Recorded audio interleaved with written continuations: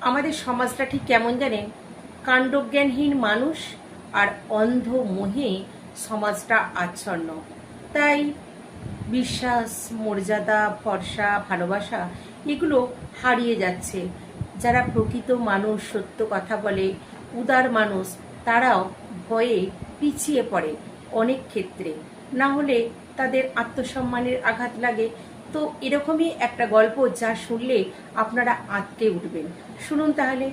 একটা গভীর অরণ্য, সেখানে একটা ডালে একটা বাঁদর ছিল। সামনেই ছিল একটা নদী। নদীতে ছদ্মবেশী রূপে কয়েকটা কুমির ছিল। সেই কুমিরগুলোকে গাছের ডাল থেকে বাঁদর দেখতে পাচ্ছিল। এমন সময় কয়েকটা বন্য শূকর নদীতে জল খেতে এসেছে এবং তারা খুব মানে তৃপ্তির সহকারে ওই নদীর জল পান করছে। কিন্তু কুমিরগুলো সেই শূকরগুলোকে তাদের খাবার হিসাবে টোপ ফেলছে।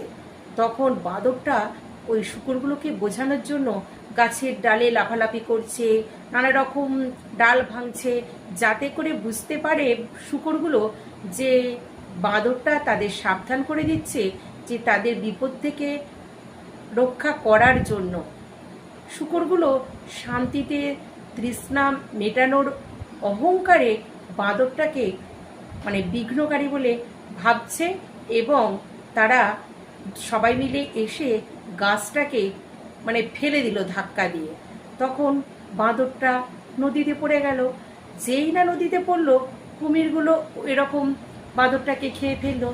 সেই রক্তমাখা জলে শূকরগুলো তৃপ্তি সহকারে পান করছে। আমাদের সমাজটাও ঠিক এইরকম। বুঝুন, অন্ধ শহরে আয়না বিক্রি করতে যাওয়ার আগে দুবার ভাববে।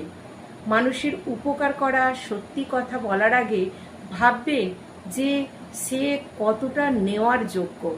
না হলে কিন্তু বিপদটা আপনার ঘাড়েই আসবে।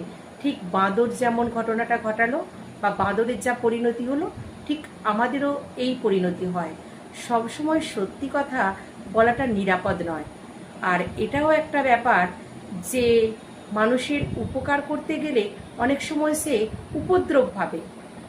যেরকম শূকরগুলো বাঁদরের উপদ্রব ভেবেছ, শান্তি বিঘ্নকারী ভেবেছে, তার জন্য বাঁদরটারই প্রাণ গেল।